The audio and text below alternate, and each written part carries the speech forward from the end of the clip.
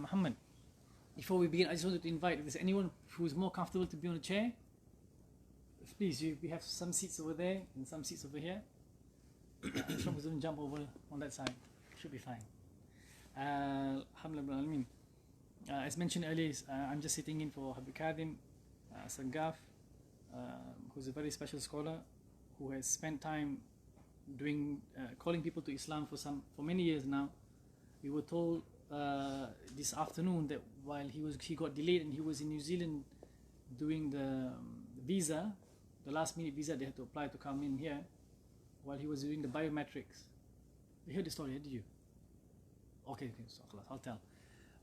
While he was at the station or whatever place that he was in the biometric for the visa, a Sikh man had come up to him, approached him and accepted Islam. Yeah. Yeah.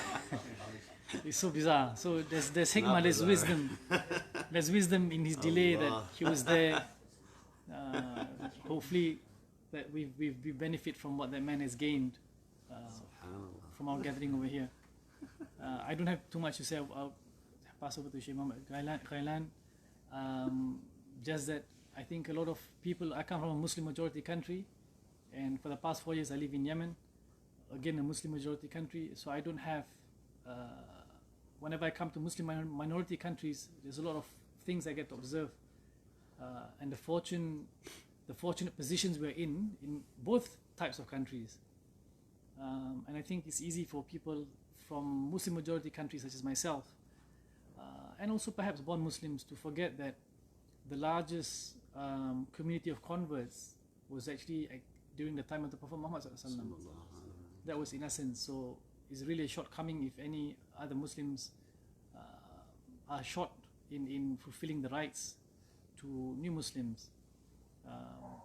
And out of the 10 people that will enter paradise first, the Mubashirin al-Jannah, Ashar Mubashirin al-Jannah, Prophet Muhammad ﷺ had converted his wife Sayyidah Khadija, Sayyidina Ali bin Abi Talib, his cousin, who became his son-in-law, and his friend Sayyidina Abu Bakr as-Siddiq. And through the sincerity of Sayyidina Abu Bakr as-Siddiq, the rest converted to Islam. So, there are many people, the special 10, most of them converted at the hands of Sayyidina Abu Bakr, a convert himself, not at the hands of the Prophet Muhammad ﷺ. And that's a very special position to be in. So I think with that in mind, there's that rights that are owed upon the converts, new Muslims, reverts. I'm not sure what's the preferred terminology here, but also there's that duty that falls upon the converts and the new Muslims. Just within a short period, Sayyidina Abu Bakr as-Siddiq had converted so many people, brought people to Islam. And then it was also, that's the first part, right? And then Islam grew, as we know how it did in Mecca. And it was also a convert community, a new Muslim community that had met him at the Aqaba, at the private meeting that took place first year and then the subsequent year. And it was that the word Islam, the word Deen is religion, right? Deen. And the extension of that, when you see Medina, is a city. And the city that flourished, whether you're talking from Mecca to becoming a sacred precinct back what it was, to Yathrib or Medina al-Munawwara, which was a farmland that became the center of a caliphate. That was all through the work of the converts as well. So it's a very great affair, and I'm very privileged to be in this gathering with all of you. Although the scholars of Yemen have had a long history of being involved in bringing people to Islam, especially in the regions of Southeast Asia, when they started their work about 900 years ago, and throughout that time. I myself don't have that much experience and knowledge, and more so wisdom. So I would like to perhaps allow Sheikh Muhammad Ghailan to take over. And I would even suggest that perhaps some of you be comfortable enough to highlight some of the questions that you personally have, or other converts have, or issues that you have and other converts have, so that at least we can really navigate the conversation to be a fruitful one.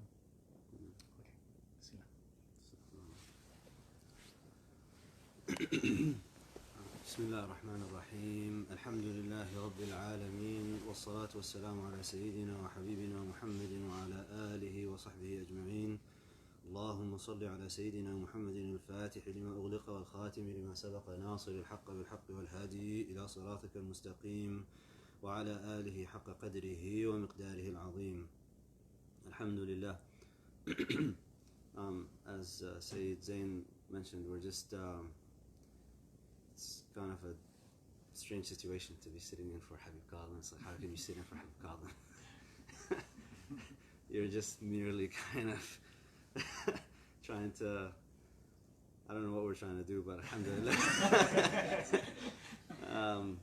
Like he said, mashallah, there's great wisdom in Habib Qadhan being delayed. You know, it's the beloved sallallahu alayhi wa sallam said that لَنْ يَهْدِي بِكَ اللَّهُ رَجُلًا وَاحِدًا خَيْرٌ لَكَ مِنْ حُمُرِ النِّعَمِ. That if Allah were to guide just one person on your hands, it's better for you than humur al-ni'am is like all of the wealth in the world.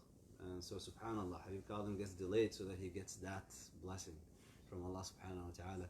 And for that man also, you know, imagine that man was just kind of walking about and doing his own thing, and who knows what happened and what entered into his heart, but Allah is, one of his names is al-Latif. You know, he works in subtle ways. You don't understand. He just does these things in subtle ways, and there's no randomness, everything is meticulous. Allah subhanahu wa ta'ala is also al-Hakim. He does everything with wisdom, at the right time, in the right context, to the right degree. He gets the right people to meet the right people, and then all of a sudden things like this happen. But alhamdulillah, that I was looking through the title, just it's about the rights and responsibilities of entering into Islam, into the community. Can everybody hear me okay? I hope it's okay. Maybe it's good to start with just a little bit of real talk for the converts. Or I don't really get caught up with this stuff. Imam Zayd Shakir doesn't like being referred to as a revert. He likes convert, and he says that to convert is an active decision-making process. You actually thought about something, you looked into it, and then you decided to convert positively. But to revert is a passive process of the child reverted back to their old ways. So the intention behind the term revert is that you go back to the original state of submission, which is fine. But Imam Zayd says, I made a decision to become a Muslim. I embraced this religion, therefore I converted. But neither here nor there. People have their own takes on this. That's, you know, it's mashallah. So it's the number one. You know, you will have people that Muslims who are well-meaning Muslims, born Muslims. They want to say that, oh, you just went back to your original state of submission and all of that. But you know, that's based on the hadith that every newborn is born upon the fitrah. كل مولود يولد على الفطرة فأبواه يهودانه أو ينصرانه أو يمجسانه. So the Prophet ﷺ says that after you grow up a little bit, your parents are the ones that inculcate a type of a religious discipline onto you. That could be Judaism, Christianity, Zoroastrian. Nowadays it's atheism. Kids are growing up without any religion at all. And so, you know, these are semantics that maybe but it does have it's significant and insignificant at the same time. You make a big deal about it, it's like, what's the big deal? But it sets a frame of mind for the person that I made this decision to become a Muslim. Now, some of us were blessed. Allah subhanahu wa ta'ala blessed us to be born and grow up in Muslim majority countries and Muslim families, and that's a blessing in itself. But it's a different type of blessing to have grown up with Jahiliyyah. Umar ibn Khattab radiallahu anhu, he said the people that will really understand the significance of this affair and the significance of this blessing of Islam are those who grew up in Jahiliyyah. You grew up in a situation where you didn't know, you were in ignorance, you were in darkness, and then you saw the light, and then you became a Muslim. And the people that will lose it are those who will be born into Muslim families who will take it for granted. They don't understand the significance of this thing that they have. So as you embarked onto this, and the reason I say real talk, or as they call it, say it today, trigger warning, some of you have been Muslim for a very long time, maybe some of you not so long. Some things to note about coming into the Muslim family is that, like any family, we have our problems. Some of you who've been Muslim for a long time recognize that already. Some of you are still kind of new, so you're living in that kind of elated, emotive feeling. But just like any family, you have your bad cousins and you have the terrible in-laws and you have the this or that or whatever the case may be. And so you come into the Muslim family and you have people from all walks of life and all walks of cultures and traditions. And one of the things that just from having conversations with converts quite a bit, and me myself, I grew up in Canada, and so there was a period of just kind of dissociating from Islam and then coming back to it. And because I was young in Canada, so I had this kind of take on culture that's a little bit different, in the sense that culture becomes really highlighted for you. You start to recognize, like, is this the religion or is this your background speaking now? Are you coming to me from your Desi, African, Asian, whatever have you background? Or are you coming to me with what Allah subhanahu wa ta'ala, Arab background, or are you coming with Allah and His Messenger said? There's one thing to note is the language of the Quran is Arabic. The language is Arabic. It's important to note that Allah subhanahu wa ta'ala chose of all languages the Arabic language to reveal the Quran in. And so it's important for the believer to pick up this language, to understand what Allah subhanahu wa ta'ala is saying to you. I highly recommend, if you have the opportunity, and all of us, real talk, we can all make time for things. It's a matter of priority and importance that we place on things. Get to learn the Arabic language as a language, because then you will get to have this direct line of communication without having this interpretive medium. The Fatiha in Arabic is a short surah, and in English it's this long thing, and it doesn't capture all the meanings. So it's good for you to learn the Arabic language and get acquainted with that. But you don't have to become an Arab. One of the first things that you find converts doing nowadays, and this is more for the new ones, is they change their names. And they adopt Arabic names, and they think that's Islamic. It's not really the case. You have a Sahabi named Jurayj. His name is George. The beloved ﷺ didn't say, like, all right, George, this is not good. We're going to have to change your name into Salih now, because we need to turn you into an Arab. That didn't exist at the time. The changing of the names was merely just for the sake of the name had a negative meaning, or it had a polytheistic meaning, and so he ﷺ would change the names. But otherwise, there's an exception to this rule. Maybe the indigenous First Nations populations or the black American population who had their names changed due to the colonialists kind of taking them and changing their names and losing their culture. And so these guys have a different circumstance where they change their name because they're taking their identity back. But by and large, other populations, you don't have to do that. One of our family members is contemplating names for her daughter, and she's pregnant now. May Allah grant her an easy pregnancy and delivery and a healthy child. And she likes the way that a name sounded in Arabic. She's like, I want to name my daughter Leia. I'm like, do you know what that means? It means the one who is shadidatul khusuma, the one who is really difficult and gruff and has darkness, and that's what the name. I'm like, it sounds like such a gentle Leia. Like you really want to do that to your kid? So it's like Ali ibn Abi Talib radiallahu anhu. People know that he had al-Hasan wal-Husayn with Fatima radiallahu anha, but they also had a third child that died very young, or a miscarriage. And he sallallahu alayhi wasallam said, what are you going to name him? And he said, I'm going to name Harb. I'm going to name a child Harb. He's like, al-Hasan wal-Husayn, I'm going to name Harb. Harb means war. So he sallallahu alayhi wasallam, he started with al-Hasan, and he said, what are you going to name him? Harb. Bal huwa al-Hasan. So he sallallahu alayhi wasallam named the first grandchild al-Hasan. The second one, what are you going to name him? Harb. So he sallallahu alayhi wasallam said, al-Husayn, bal huwa al-Husayn. So al-Hasan is beautiful, al-Husayn is more beautiful. Third one, what are you going to name him? Harb. The beautiful thing about that is Ali ibn Abi Talib radallahu anhu wa karrama wajhahu, he wanted the beloved sallallahu alayhi wasallam to name the children. So he picked a negative meaning name, and through that he had the Prophet sallallahu alayhi wasallam name the kids, and he said, bal huwa al-Muhsin. He's the one who does excellence, he's the one who does beauty.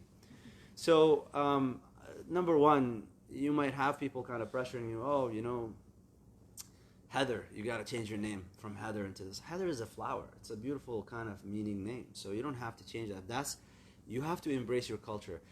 Becoming a Muslim does not mean that you become, you kill your background. Islam is not a culturally predatory religion. I was just listening to a podcast on the way here with Sheikh Abdullah Evans from the States. and he was reflecting on how did the Chinese start to embrace Islam faster? How did the Malaysians and all these, how did they start to become Muslim faster? And it wasn't just simply by intellectual arguments. The Chinese, it was at the introduction, he mentioned the name of the author, I can't remember his name at the moment, but he wrote the Islamic teachings and the Islamic theology using Confucian and Buddhist philosophical concepts that were now familiar to the local population. And the intention behind that was not to come up with a new religion or anything like that, or even to necessarily convert the Chinese population, but it was to remove the cognitive dissonance that someone would have. If you grew up from in a Chinese background with Taoist and Confucian philosophical upbringings, well, there's a way to explain Islam through that language. وَمَا أَرْسَلْنَا, so Allah subhanahu wa ta'ala tells us in Surah Ibrahim, وَمَا أَرْسَلْنَا مِن رَسُولٍ إِلَّا بِلِسَانِ قَوْمِهِ لِيُبَيِّنَ لَهُمْ. We have not sent a messenger to any people except through the tongue of his people. And the Mufassirun, the scholars of exegesis, say that this means that it's through the linguistic metaphors and the formulations and the way that people would actually understand and grasp these things. So when you go to Malaysia or you go to Indonesia or you go to Africa, you go to the Arab lands, listen to the way the scholars relate the prophetic message. It's not the same. It is not the same. So it's important for those of us here in the West and who grew up in the West that when you pick up this religion and try to understand it, first thing I would recommend is find scholars who actually grew up in this context. It's really important for you to find people who grew up in a Western context, who understand this type of mentality, who probably even studied kind of the philosophical traditions of the West, who can relate the message to you in that way.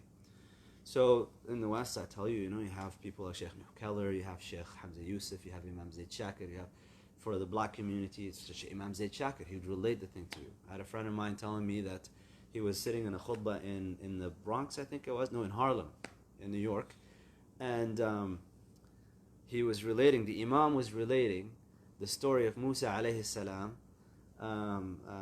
and talking to Allah subhanahu wa ta'ala and coming back to his people, and the way that he related it, he was talking in Ebonics. It's like, so Musa, he was like, I ain't about that, man, and he was just kind of like, he's talking with swagger. Now you laugh when you hear this, but for a black community who grew up in that's what resonates with them. That's how they can get with it. So you have to know your people, know your audience, pick your scholars wisely. Don't go to a land where this person has never been in the West, doesn't understand the ways of the West, doesn't understand the tradition, may misinterpret even the way that certain things are said. There's connotations to words. And if you didn't grow up in that context, just being able to pick up a dictionary and look at the meaning of a word is not enough. So you need to have somebody who's well previed. They know, they understand. So that's the number one thing. You don't have to change your name unless it has a negative meaning. You don't have to pick your scholars wisely. And when it comes to family, this religion is about, foremost, the 5 objectives of the Sharia, as the scholars have highlighted them, is preservation of life, preservation of religion, preservation of lineage and family. So becoming a Muslim does not mean that you all of a sudden have to pick up this kind of antagonistic attitude against your folks. Your family has to see a positive transformation and a positive change within you, that, wow, this person was, even if you were a good person, now you've elevated. You've upped your game. Allah subhanahu wa ta'ala tells us that He did not prevent you from those who لَمْ يُقَاتِلُوكُمْ فِي الدِّينِ. They didn't fight you, that you أَن تَبَرُّوهُم وَتُقْسِطُوا إِلَيْهِمْ, that you, so Allah subhanahu wa ta'ala says that for them that you do good to them, and you do rightly by them, and you have a positive relationship with them, as long as they're not coercing you or fighting you to doing anything against what Allah subhanahu wa ta'ala and His Messenger sallallahu alayhi wa alihi wa sahbihi wa sallam has commanded. And even when they're being negative with you and they're being harsh with you, a man came to the Prophet sallallahu alayhi wa alihi wa sahbihi wa sallam and he said to him, أصل أخي ويقطعني أحسن إليه ويسيء إلي. I try to connect kinship ties with my brother and he cuts me off. I try to do good to my brother and he does bad to me. And he ﷺ said, that's silatul rahim. Now you're connecting ties. There's a concept in the Islamic tradition, as soon as you become a Muslim, you are considered what's called a mukallaf. You are legally bound. And part of taklif, there is an indication in that, is that it has a difficulty. There's an element of a discomfort that you're going to feel. You're legally bound by something now. You're no longer just subservient to your own whims and desires and ego. Now you have to go and do as Allah subhanahu wa ta'ala wants you to do. Educate yourself. So as I mentioned, when it comes to picking your scholar, becoming a Muslim initially, I believe in the Hanafi school, they allow up to 6 months for you to recite your prayers in English and to continue just doing it, or if it's another language, to continue in that language. So you can recite the Fatiha in that language until you learn. They give you a 6-month leeway for you to learn how to recite the surah in Arabic. But after 6 months, after 6 months you can talk about being, I converted, but I wouldn't refer to myself as a convert anymore. There is an alienating factor in that. You're a Muslim. That's it. You want to talk about the process through which you are a Muslim? Sure. I converted in year such and such, and I became. But after 6 months, after a year, you have people that are 20 years and 30 years into the religion, and they talk about, I'm a convert. No, you're not a convert. You're a Muslim now. You have different needs, you have different concerns, you have different things that you're dealing with, and that's due to the process through which you came through to this religion, and that's fine. And that's why I said you have to pick your scholars wisely. Pick people that you can relate to. Pick people that can understand your experience. One of the things about this religion is that it's not all about, the way that it's presented usually in terms of debates and what's right and Islam is the truth and all that, it's all intellectualized. But if you note, Allah subhanahu wa ta'ala, after Surah Al-Fatiha in the Quran, the first surah is Surah Al-Baqarah, Alif Lam Mim, ذَلِكَ الْكِتَابُ لَا رَيْبَ فِيهِ هُدًى لِلْمُتَّقِينَ. What's interesting about this is that Allah subhanahu wa ta'ala starts by addressing an emotive state that you're in. He doesn't start talking about the intellectual arguments about La ilaha illallah and Muhammad Rasulullah. He talks about, this is a book where there is no doubt. It has guidance for those who are in a state of taqwa. What is taqwa? Taqwa is the state of awe, fearful awe and recognition of Allah subhanahu wa ta'ala that is also at the same time loving to Allah subhanahu wa ta'ala. It's an emotional state. It's an emotive state. It's an experiential state. It is not an intellectualized state. You can't talk about, I am thinking about being afraid. You feel that I'm afraid. I have fear of Allah. And in the Aqidah tradition, they tell us that the station of the believer is between raja and khawf. You are between this hope in Allah subhanahu wa ta'ala's reward, and you're also fearful of the punishment, because the punishment is real. النار حق والجنة حق والصراط حق. All these things are realities. There is hell and there is heaven and there is the path that you go through, and it's thinner than a sword's sharp edge. But at the same time, you have this emotive state and you trust that Allah subhanahu wa ta'ala is going to keep you on the straight path. So you have to recognize that. You have to have somebody that understands your experience. Don't dismiss your experience. You might have moments where you find yourself doubting your decision. Did I make the right call? Should I be in this religion? Should I be part of this community? And the companions radiallahu anhum, who were also people who converted, and they were in the presence of the beloved sallallahu alayhi wa alihi wa sahbihi wa sallam. You're literally witnessing the reality of the beloved sallallahu alayhi wa sallam in front of you. And they even said, we have things that come to our minds that we would rather fall from the heavens and not utter with our tongues. And they were concerned about that. Abu Bakr as-Siddiq radiallahu anhu was concerned about that. The companions were concerned. Nafaqa Hanzala is the hadith. Hanzala has become a hypocrite. Abu Bakr as-Siddiq radiallahu anhu says, what happened? What's wrong? Why did you say that about yourself? He says, I have these things that occur to my mind. When I'm with the beloved sallallahu alaihi wasallam, it's like we're walking on air. You know, you come to these gatherings, mashallah, you do Ratib al-Shahir, we do the Mawlid last night, we do these beautiful things. You sit in the gatherings of the people of Allah. Inshallah, later tonight when we get to in the gathering with Habib Kalim, something happens. You sit with the gathering of Ahlullah, something happens. You feel the certainty. 10 minutes, yeah. So you feel the certainty in these gatherings. But then you leave and you get back into the world And what do you feel? You feel like I'm down, didn't like the right call. You have to be comfortable with that being part of your experience. You will go through these moments, and shaitan likes to play tricks with this. The personal demons like to play tricks with you on that, in that front. And what you'll have to do is dismiss that and say, La ilaha illallah. You have to mention the name of Allah to kick out these whisperings, because these are just whisperings that come back and forth. And the more you get your tongue used to the utterings of La ilaha illallah, and you should be doing that at least 100 times a day. At least once in the morning, but if you can, 100 times in the morning and 100 times in the evening. La ilaha illallah. That needs to become part of your regular dhikr so that it becomes reflexive. Because on the deathbed, when that moment comes, which inevitably it will come to all of us, you want to have a reflexive reaction of La ilaha illallah Muhammadur Rasulullah sallallahu alayhi wa sallam. They gave me 10 minutes left, so I'm just going to stop it here. Maybe kind of, because people have questions and things they want to bring up or concerns or whatever. So maybe for the next 10 minutes, if anybody would like to either ask or share a perspective or give an input or something, that would be wonderful. I think it would be for the benefit of everybody. Ladies and gentlemen. Yeah, sisters as well.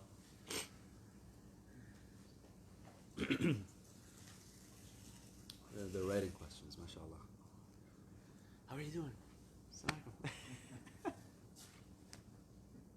Well, I see you suggested it. I might just mention that one of the major issues that I perceive is the fact that the Western culture tends to be more individualistic. And in Muslim culture, we're very community oriented, and I think this is one of the major barriers for a new convert to pass. And it's said like coming into the fold of Islam could be compared with having a culture shock and going into another country where they speak a different language and everything. Yeah. So I think it's important for our Muslim community to make that transition as smooth as possible, and think of many ways on how that could be accomplished. Transition points where there are programs like this which are not in the mosque is a good thing in private homes, and functions outside of the mosque, but also very sort of user-friendly, if you like, functions in the mosque that you're not challenged. And I think also passing on from what you said, that after 6 months you're not really a convert, you're a Muslim, and I think there is a conflict between some segments of the Muslim community who have an identity as Muslims but may not have the full faith of being a Muslim, who then sort of consider themselves to be a stronger Muslim or a better Muslim than those who are coming in, and maintaining that convert status for years and years and years, differentiating those people and not fully bringing them into the faith. Yeah. But I think it's great that you have a lot of experience dealing with converts, and I think we need to engage more with, like I'm an old convert, don't call myself a convert much, to learn, 45 years? Yeah, just 45. Just for been a Muslim longer than I've been alive, mashallah. So But we can learn a lot from the new Muslims on what they're experiencing, particularly here in Brisbane. Of course, every place is a bit different, and try to sort of tailor our programs to address whatever issues they might be facing as new Muslims. yeah, no, agreed. Carrying on from that a little bit, many mosques sort of aren't welcoming to converts either. Like, feel very foreign, Mm. and so that's Yeah, so the problem is we get excited over converts when they convert. You know, someone is doing the shahada now. Ashhadu an la ilaha illallah, ashhadu anna Muhammadan Rasulullah. Allahu Akbar, mashallah, brother. Please, mashallah, sister. Kisses on the cheeks, hugs. You get more hugs in one day than you ever had in your entire life. And you get really excited, and people ask you to pray for them. And then after that, kind of like, okay, what now? You know, and there's a lack of programs, there's a lack of integration, there's a lack of kind of... And this business of the individualist culture, it has also impacted the Muslim community as well. You know, it's this monoculture, as Dr. Umar Farooq Abdullah mentions. You know, it's taken over the whole planet, and so the nuclearization of the family and the disconnection from the community and the introduction of these electronic devices that make everyone kind of live in their own little silos, and so people are disconnected to a great degree. So the Muslim community has a lot of work to do just internally, just to maintain or to revive the tradition of just community. But you're right, yeah, there has to be more of these kind of programs in homes and outside of the mosque, because not everybody feels comfortable to just come to the mosque and talk about things. Some topics they just feel like, I can't talk about it here. And let's just face it, some of the uncles in the masajid, they just don't really get it. So, you know. But yeah, you're right, there's a lot of work to do. And that's what al-Hikam Institute is for, really. You know, it's these kind of third spaces that they create. It's for these kind of gatherings, so that people can come in and grow and thrive from it. That's the question. سيدي يعني تفضل إذا في.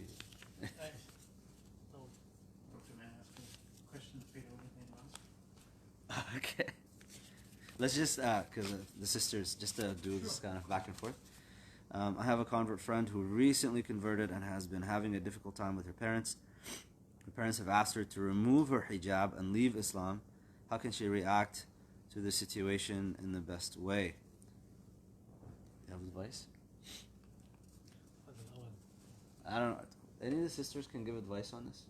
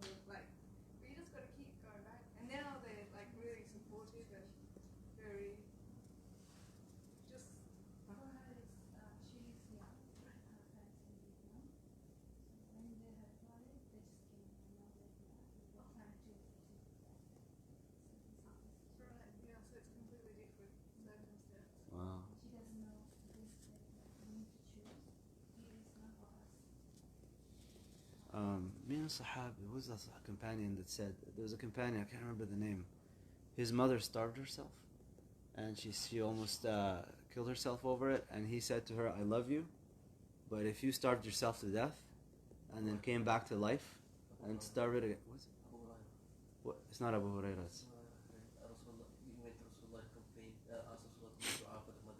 No, this is an early companion in Mecca. This is Abu Hurairah. No. I think so, yeah, I can't remember. The point is, this companion, radiallahu anhu, when he was given an ultimatum, he said, I love you, Mom, and he was really beloved to his mother, and he loved his mother really dearly. And he was tied up, he was being tortured, and she said to him, look, I'm going to starve myself, I'm going to kill myself. And he said, I love you, Mom, but this is not something I'm going to leave. So if you killed yourself and then Allah brought you back and you killed yourself again, I'm not going to leave this religion. He basically took hope away from her with regards to this. And usually people, when they start to use these tactics, it's because they have some sort of hope that they can force you out of this particular situation and get you to change your mind. And you actually have to take that away. You have to take hope away from them. That's what I would tell the sister. You have to make your parents absolutely hopeless regarding the religion part. I am not stepping away from this. Anything else we can have a conversation about. But this is not changing. And may Allah grant her strength. I don't know what else to say. I think that what I would recommend is maybe just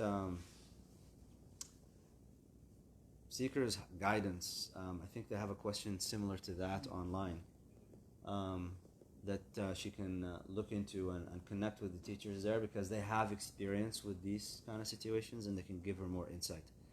Allah make it easy. Upside, every time I did say, no, this is my faith, those are the moments in my life that have strengthened my faith the most. Like, you can't explain like what happened. Everybody's experience is going to be different, but every time they would say, like the situation was, my father slapped me across the face and said, "So you're not a Muslim?" And I was just like, "But I am a Muslim." And then after that, those moments, I don't know, it's something inside as well. And then experiences happen, they are what strengthen, and then they are what stay with you for. I mean, it's and as part of consoling all of this, whether you're a new believer or a born believer and you're going through life, the more, I mean, the Prophet ﷺ tells us that أشد الناس بلاءً الأنبياء ثم الذين يلونهم ثم الذين يلونهم. The greatest people of tribulation, or the people with the greatest tribulations, are the prophets, and then those under them in station. And when you become a Muslim and you're establishing your relationship with Allah subhanahu wa ta'ala, we always say, "Oh Allah, grant us closeness to you, fi lutuf wa khair wa afiyah." We want your gentleness and your love, and we don't want tribulations. But Allah does say in the Quran, أحسب الناس أن يتركوا أن يقولوا آمنا وهم لا يفتنون, Surah Al-Ankabut. Do people believe that they can say just we believe and they're going to be left alone and they're not going to be tested? And usually Allah subhanahu wa ta'ala, when He's testing your relationship with Him, if it's with something that's really beloved and dear to you and you're finding a lot of difficulty with it, that's because you're too attached in your heart to that thing. And that could be a child, it could be a parent, it could be a wealth, it could be whatever it is. And the increase in faith is because Allah subhanahu wa ta'ala is just confirming, you are more connected to me than you are connected to the creation. So I would recommend just tell the sister, Seekers Guidance, they do have questions like this, and she can connect with the scholars there, inshallah, and answer your question. If I understand this question, correct me if I'm wrong. So, what responsibility do we have if we see a new Muslim who's going down the wrong path? So they recently embraced the faith, and they're not doing what they're supposed to do. Yeah. We see that they're going down the wrong path. What can we do to try and assist them, and what responsibility do we have for them? Is that? Yeah. So FYI, about 70% of converts leave Islam within the first 6 months. So that means out of every 10 shahadas you guys saw in the masjid, 7 of them within the first 6 months left. They're not a Muslim anymore. And that's not because the religion, all of a sudden, they saw something that's like doesn't make sense. It's because they were not supported properly. They did not, that initial period was not taken care of properly. I think your responsibility to that individual is to, number one, first empathize. Like, why are they going that path? What's going on? It's something the number one reason for people converting, FYI, also research shows, that it's actually not the intellectual arguments. It's a community. There's some emotive aspect that was playing a role, and they saw themselves finally resonating. And so they entered into Islam, and the intellectual part was just consistent with it. So that's also the reason why they would get out of it. The community was not, they have a vision of the community, and when they enter into the community, it's like, oh, wait a minute. It's almost like when you get married. The two families are coming together, everybody's acting right, everybody's that first visit, everybody's serving all the food and the juices and everything. You get married, and then the other side shows up, and you're like, what happened? I thought you guys were really nice. Alhamdulillah, that's most of the case, they're really nice, but people's quirks come out. And the lofty kind of like, oh my God, you're amazing, and all that kind of goes away. So if you become really distraught by that, that can also have an impact. Yeah. Because we've lost a lot of brothers prison lately. Okay. Yeah, and it's really hard for them, and they don't get enough assistance in there. How can we do more for that? There has to be like a committee in the mosques here that deals. There has to be imams that their task is to go to the prison and to actually be the pastoral care for these brothers. If they're allowed. Yeah. They're not allowed. That's very strict for them. It's the Christians get a day, Okay. but the Muslims are on Jummah. It's difficult. It's very hard. Okay. That's human rights violations. I don't care that we're in Australia. That's straight up human rights violations. So we have lawyers in this community. Shaheen, where you at, man? No, seriously, this actually like really this stuff really irritates me. Of course, you'd never get it in writing, and you'd never be able to prove it. Oh, you can. Clever lawyers are good. So seriously, this stuff really gets my blood boiling because this is a human rights violation. Aside from like you know that your brother, regardless of what they got into, you know, and got them into that position, forget about all that for a second. This is their right, and this is an interference between their relationship with Allah Subhanahu wa Taala and to get that right care. So we have to get lawyers or sisters, whoever's a lawyer here. This has to be a project that you take on and. Habib was met with a group Yeah. in Sydney last week. Okay. That's very interesting. MashaAllah. Facilitated in New South Wales. Yeah. We have to do the same. We have to do the same thing here. This has to be taken care of. Just to share, I think in Perth we've got a monthly visit where someone from the Imam committee would visit and bring Quran, and they conduct classes in the prison bi-weekly, I think. Yeah. So, There has to be something regular because the greatest convert population actually is in prison. Yeah. If they get the care. But that's what scares them. That's so dumb and messed up on so many different levels. It scares the Yeah. prison authorities. Yes. They have intelligence which watch them. Yeah. If you try and convert a brother or something like that, they'll get them. Look, for us, our relationship is with Allah, and all of this is under Allah's control. So we have to just take on the means and make sure that these brothers are getting the pastoral care that they need, and they have the time that they need to be with the imams and the education that they need to have, and really don't worry about it. You know, people try to. I mean, Quraysh tried to kill the beloved Sallallahu at night, and it didn't work out, and they came all the way to Ghar Thawr, and it didn't work out, and there's a lot of amazing events that happened in Sirah where they tried to get their way and it didn't work out because this is Allah's show. We're just kind of actors in it. We're just kind of, but Allah's conducting everything. So what we have to do is take on the means. That's it's upon you to strive, but it's not upon you to arrive. So take on the means. We need to get the lawyers here really acting to do this and to establish, because this is a human rights violation, number one. The anger that you feel out of this should drive you to say, like, okay, we need to change this. And so for the prison, should we contact? I mean, is there anybody that the lawyer should contact? Or I don't know. That's Islamic Council of Queensland. That's it. yeah. This has to be taken care of ASAP. With regards to other brothers outside of prison who are going down the wrong path, and first you have to look at the conditions. I mean, you have the story. Most of us have heard of the story of the serial killer. He killed 99 people, and he went to a righteous man, and he said, will God accept my repentance? And he said, you killed 99, not going to happen. And so the guy said, well, I'm going to finish with 100 then, who cares? So he killed the 100th, but then he passed by a scholar, and he said to him, I killed 100 people. Will God ever forgive me? And he said, yes, but there's a condition.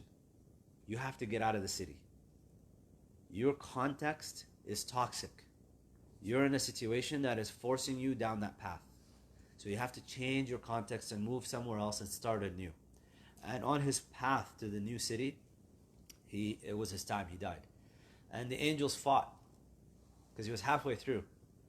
The angels of death, the angels of hell wanted to take him to hell, and the angels of heaven said no, he repented and he was on his way. And it just so happened that Allah has caused him to just lean a little bit closer to the city. So he was just an inch closer to the city he was migrating to from the city he was committing his crimes in. So a lot of times when you look at people going down a particular path, first of all, who's their companionship? Who's their friends? Who are they hanging out with? What are their circumstances and their context? Yeah, you have free will, but there are external factors that can facilitate one way of being over another. So we would try to surround these people and try to be the positive influence and all of that. And this condemnation, oh, you shouldn't be doing this, you become a Muslim, how dare you do this and that. We have to exercise more mercy with people and just give, the 70 excuses goes a long way. Like, I wonder what's happening and why are they doing this? And it's like a child when they're acting out. You don't immediately just think, oh, they're making a rational decision to act out. You think like they're acting out for a reason. Oh, it turns out that they come from a dysfunctional household or something's happening that's causing this. They're calling for attention. So I would say just, exercise some mercy with that. But really, if anything comes out of this, we need to get lawyers involved and get this situation with the prisons settled. Because that's not right. That's not right. As a convert, how to go about seeking marriage, at what stage do you start looking, and any advice about being confident in your new Muslim identity. I would say for converts, better off marrying another convert. When it comes to marriage, there's in Sharia they say Shafi'is are actually more strict about this. The kafa'a is what they call it, which is making sure that you are similar kind of socioeconomic class and similar background and similar education and similar everything. And the reason for that is because you will create a bit of turmoil if you have too much of a difference and a gap between people. I remember back in Canada, the guy that I used to go and get my sushi from, Hiro Sushi, man, like item, had really good sushi. Hiro, Japanese guy, and his wife, Japanese wife, was working they were working together in this thing. And he sat with me once and he talked, and that was his second wife. He got divorced. He was married to a Canadian Caucasian lady before for a while, and he said she was a wonderful woman. Still love her to death. She's great. There's nothing that I can tell you negative about her. It's just that with my wife, his Japanese wife, I don't even have to speak, and she knows just my own state where I'm at. I say a phrase and she understands the connotation. I don't have to explain myself. Because he's an immigrant to Canada. He's Japanese through and through. So he married a Japanese through and through, and he's like, this is the best situation now. Like, there's harmony in the home. And he said with his ex-wife, there was no harmony. And it lasted for 6-7 years. Eventually, he just couldn't do it anymore. So with converts, because you come from a background of, you lived a non-Islamic life, maybe your culture is different, maybe whatever. That's why you're going to tell, for Muslims who are born and raised in this country, I don't care if you happen to be South African or Indian or Bengali or whatever, to take your kids and say you got to marry someone from the village, that's oppressive to them if they grew up in this country. Because culturally, they can't relate. There's no relation. Just because they share the same skin color and maybe the same kind of similar names and backgrounds, that's not enough. You have to understand the culture. There is a culture that comes along, or a context that comes along with a convert. So I'd say there are convert meetups, there are events like this, there are people that you know. Just ask. Find out if anybody's single, anybody's looking for a wife who can understand this. Because I guarantee you, there are situations you're going to have if you go with a born Muslim from a different cultural background. You can talk about, but we're in love and all of that and your infatuation. But when really push comes to shove and you're in the middle of it, you're gonna struggle. So I would say look for people that have similar kind of upbringing, similar type of experience as you. Make that a criterion, and then also religious outlook. This might sound controversial to some, but I tell people, if you're of more of that Salafi kind of inclination, but mind-wise, go find a Salafi. Don't try to go to find somebody in a tariqah and then and marry them. It's not gonna work. You're a Salafi, you're going to try to marry a Shadid or a Ba'alawi, you're going to get divorced in a year. It's not going to happen, because the way that they think about Islam and the way that they approach things is different. So you have to find somebody that's of like mind, similar inclination, similar outlook. That's why also it's, again, back to the converts, similar kind of similar experience. I know what this is about. So have that. And then age-wise, make sure that you guys are having a close enough age range where it's not too separate. You can't be a 40-year-old marrying an 18-year-old, 40-year-old guy marrying an 18-year-old girl. Halal, sure, but she's in a different frame set. She's on Instagram, and you're trying to think about retirement. Just real talk. I like to just say it like it is, and then it's more direct and no misunderstandings. And how to gain confidence in your new Muslim identity. Islam is about experience, man. You really have to just engage with this stuff. You come to these gatherings, you continue to build your knowledge of Islam. The more you dissociate yourself from circles of knowledge, the more you will lose your faith and you will lose your confidence. But if you engage on a weekly, at least you should have a weekly practice. You should have a daily practice of awrad, remembrance, things like that. But you should have a weekly practice of seeking knowledge, of learning. You should have a lesson every week that you listen to, a lecture that you listen to. It doesn't have to be long, 20 minutes is enough, where you learn something new. And the more you do that, the more you'll see how Islam is so consistent with just the intellect and spiritual development and how it all makes sense. You'll start to gain more confidence that way. And get comfortable with practicing publicly. When prayer time comes, I don't care where you are, you're in the mall, go to the corner where you're not in the middle of the foot traffic and just pray. Have people look at you, who cares? First couple of times you'll be a bit shy, it'll be a little weird. I did it in Portland, at the airport, at the gate. I was sweating when I did it, because it's in America, and it's weird. But alhamdulillah, when you finish praying, you're like, okay, I feel comfortable. I can pray in the airport at the gate. I'm good to go. Nothing can stop you now. You feel confident. So it's building confidence with anything is actually about practice. They tell us in medicine, they know who's the student who was practicing and who wasn't. And it shows when they do the clinical exams and they give us the patients, the doctors know. Because you're all shaky and you don't know. It's like you've been sitting at home doing nothing. But if you've been in the hospital every day and you've been talking to patients, it comes seamless. It's like you're confident. You know what you're doing. Same thing with Islam. You have to constantly be just, practicing it and learning and building your base of knowledge, and inshallah you'll be good. Please announce our weekly dhikr program open to all. They can contact myself, i.e. Sumaya, or Shaheen for more details. So al-Hikam Institute has weekly dhikr. That's Thursday evenings, correct? Yeah, Thursday evenings, it's open. They do a mawlid. It moves around between houses, but there's a Thursday evening mawlid that they do. It's really beautiful. They do a Diya al-Lami', and we do a small kind of reminder afterwards. And it is open to all, so you guys are more than welcome to come. It's really good. This is how you gain. Islam is not just an intellectual endeavor, man. You have to actually engage in the practice and experience it, and inshallah you'll be fine. But please, lawyers, whoever is just as a reminder, get on that. Does anybody have any other questions or any input, feedback, things that they want to share that they think will benefit anybody? Perhaps I can share that I've been doing prison visits in Singapore.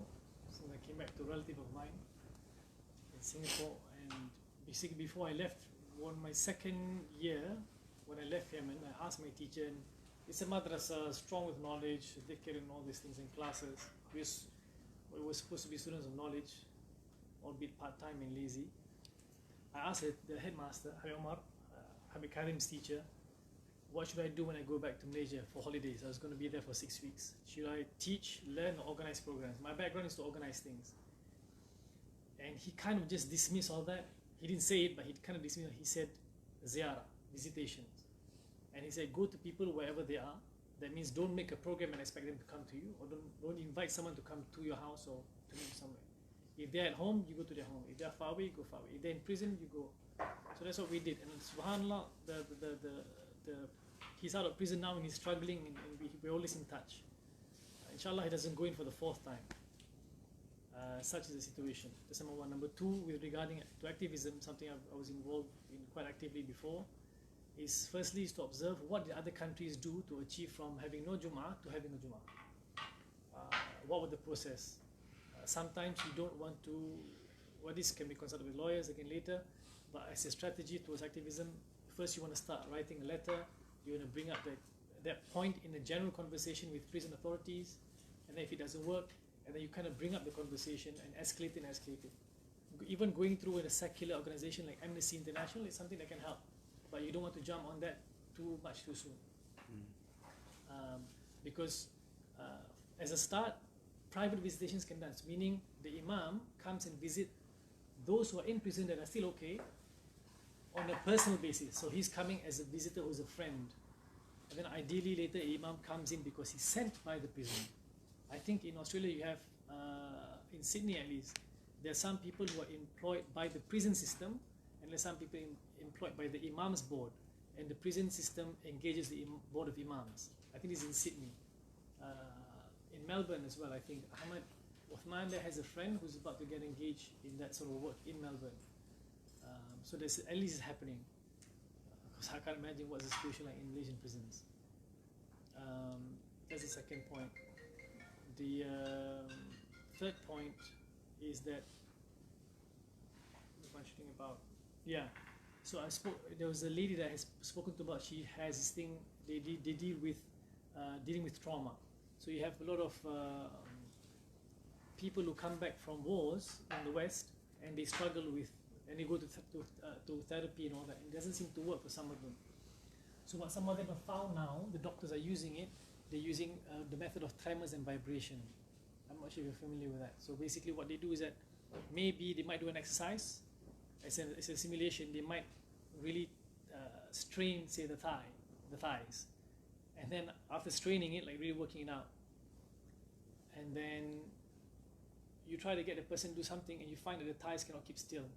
Just like after a deer if the deer gets chased by, say, a lion and he escapes, and afterward, what is the deer doing? He's sitting by, he's shaking, right? So that's part of vibration to handle the trauma that's deep in. Because therapy and speaking, and even if it's from the heart or from the mind, can only go in so deep. So even the West is discovering this. And vibration, as you know, also comes through sound. In the Jama'ah, you have that. So we had it all along. Islam had that method of healing all along, and it's 5 times a day. And for some people who want more, who might need more, who like it more, then we have dhikr, like what he mentioned. So I'm not sure, it was definitely a Western scholar that mentioned it. He says, you know, we deal with children, you scold them and the kid is crying, and you say, what were you thinking? The kid's crying from his heart. And we're scolding the kid, what are you thinking? Or even when we deal with someone, what are you thinking? What were you doing? See, the reason we talk so much about the mind is because we don't know our hearts. And even myself in Malaysia is becoming a largely westernized society. Everything is becoming more and more intellectualized. Even when the Muslim parents talk about education, it's a very intellectualized process. So the heart is important. The last part I want to mention is just a story. I think the most influential Muslim in the West now is in Europe is Sheikh al-Hakim Murad, right? Professor at Cambridge, and you have Sheikh Hamza Yusuf, who is on the American side. Both of them studied under multiple teachers, but both of them also studied under one of the teachers, or you can say grand teachers of Habib Khadim. His name is Abu Ahmad Mashur al-Haddad. Abu Ahmad Mashur al-Haddad was based in Jeddah in Saudi Arabia and also in parts of East Africa, and it was said that he converted between 200 to 300,000 people in Africa. He had met a man in Africa who wanted to convert to Islam. He says, look, I can't do this Trinity God thing. I believe in this unity of one God thing. I want to become Muslim. And Habib Ahmad Mashur said, Marhaba, become Muslim. He's in Africa. It must have been Mombasa. And but I don't want to pray. I can't do this 5 times a day, up, down, I can't do it. Right? The guy says it straightforward, he's a big alim. And Habib Ahmad Mashur says, it's okay, fine, come. And at one point, he says to the guy, listen, I'm going to go to Jeddah, Saudi Arabia. I'll be with my family there, and I'll be there for Ramadan and Eid. Why don't you come with me? So the guy says, okay, marhaba, he comes. So he stays in the house, and he stays in the house, and he doesn't pray. Now this is a big scholar, people come to his house, he's teaching and all these things. And his son says to him, why are you with this man? Are you saying anything? Why are you saying anything? He's not praying, he's living in our house. He says, beware of what you say, for one day his prayer will exceed yours. Oof. Allah. Allah. Now things, these guys, when they say stuff like that, it goes a long way. So anyway, one day the guy says, listen, I see you guys do this thing. It was at 8 o'clock in the morning, whatever, it's amazing, and then they had some sweets and all that. He said, that's called Eid prayer. You can try to Eid prayer. So he's waiting for Eid. Eid probably doesn't come until the following year. He says, okay, you know what? I see that on Friday you guys meet up to the mosque. He said, okay, if you want to pray, pray Friday. So he prays Friday. And he starts saying, you know what? Okay, every night Maghrib, every night when the sun sets, I see you guys doing something. I say, yeah, we do Maghrib. If you want, you can. No, in fact, every time he volunteered to do something, Habib Mashhur even said to him, no, but don't do it. Because remember, you came to Islam and you didn't want to pray. That was our agreement. No, but I want something. Okay, so that come Maghrib. So he does Maghrib and then he does Isha, all the easy timing ones, and then he does Asr and then Dhuhr, and then finally does Fajr. And now he's doing 5 times a day. Eventually, of course, it was a long process. It was a process. And then finally he says, you know what? I see you do things before all these 5 ones. What is it? I say, we do Sunnah. Okay, I want to do that. He said, no, it's not even wajib. You shouldn't do it. And he says, no, khalas, I want to do it. I said, okay, I'll tell you what, you do that, but you make it intention in your heart that you are replacing the prayers that you had missed from the day you entered Islam. And then he counted all the years, and then finally he made it up, and true enough, he exceeded the prayer of Habib Ahmad's own son. Subhanallah. But he was very patient with the heart, and he even developed curiosity. He even created an obstacle for a bit. And this, it's a magical. And Sheikh Hamza was his student, and Hakim Murad was his student. A string of other amazing converts. I just wanted to share that point. This is why, this story is actually why I love the Habaib. Because the descendants of the Prophet ﷺ act like the beloved ﷺ. A Bedouin came to the beloved sallallahu alayhi wa sallam and said, I want to become a Muslim. But this 5 prayer business, too much. I'll give you 3. And so he ﷺ said, MashaAllah, 3, okay, we'll take 3. So the companions actually complain. It's like, because at their time, they had to do Qiyamul Layl. They weren't just praying the 5 daily prayers. They were praying at night, and they had to do all this extra stuff. And this guy just comes from the desert, and just said, I'm going to give you 3. And Isa says, it's fine. And when he left, he's like, he's not going to be satisfied with the 3. And that's the power of the prayer. And so this story, mashallah, jazakumullah khairan for sharing. This is really good. I think maybe the other thing to add is that the hadith of 70 excuses when a born Muslim or an earlier convert may be, overreacting in imposing upon you, and then you then give them that 70 excuses. Now you're in a higher position, a superior position of practicing the sunnah, and having in your head, it's okay, this guy is a bit overreacting because he thinks he's better than me or whatever. Khalas, is okay. So I think that's also a fortunate position to be in, because I think sometimes being a convert, people tend to want to approach you and speak to you about religion, whereas there are many born Muslims who live among Muslims, and their conversations are, either Instagram or retirement. Because it's not a thing to talk about to begin with. It's a fortunate position to be in as well. May Allah grant you all steadfastness in the religion, inshaAllah, and realize the haqa'iq al-iman wa haqa'iq la ilaha illallah Muhammad Rasulullah sallallahu alayhi wa sallam in your hearts.